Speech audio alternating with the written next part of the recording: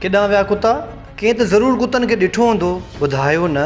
खैरपुर में म्यूनिसिपल जे 3 मुलाज़िमनि खे कुतनि छा ॾाढे ज़ख़्मी कयो। म्यूनिसिपल अमलदार लठियूं खणी कुतनि खे ॻोल्हींदा रहिया।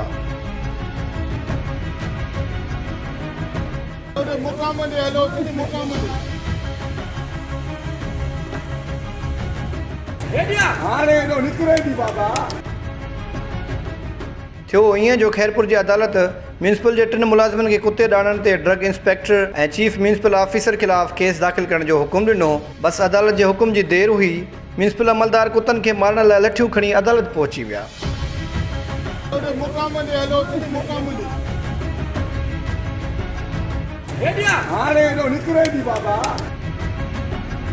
मौके ते मौजूद शहरी तोड़े पुलिस एहलकार लठियूं ॾिसी पहिरियां त परेशान थिया, पर जॾहिं खेनि पतो पियो त ही हमरा त कुतनि पुठियां लॻल आहिनि त सभिनी में टाकड़ा मची विया।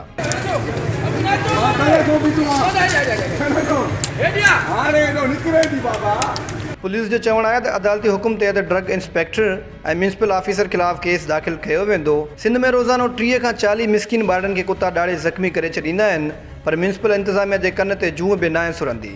पर हिते मामिलो पटे भाइनि जो आहे, फुर्तियूं त ॾेखारणियूं ई पवंदियूं। हाणे ॾिसणो इहो आहे त म्यूनिसिपल अमलदारनि खे कुता मिलनि था या संदन ऑफिसर केस में गिरफ़्तार थियनि था।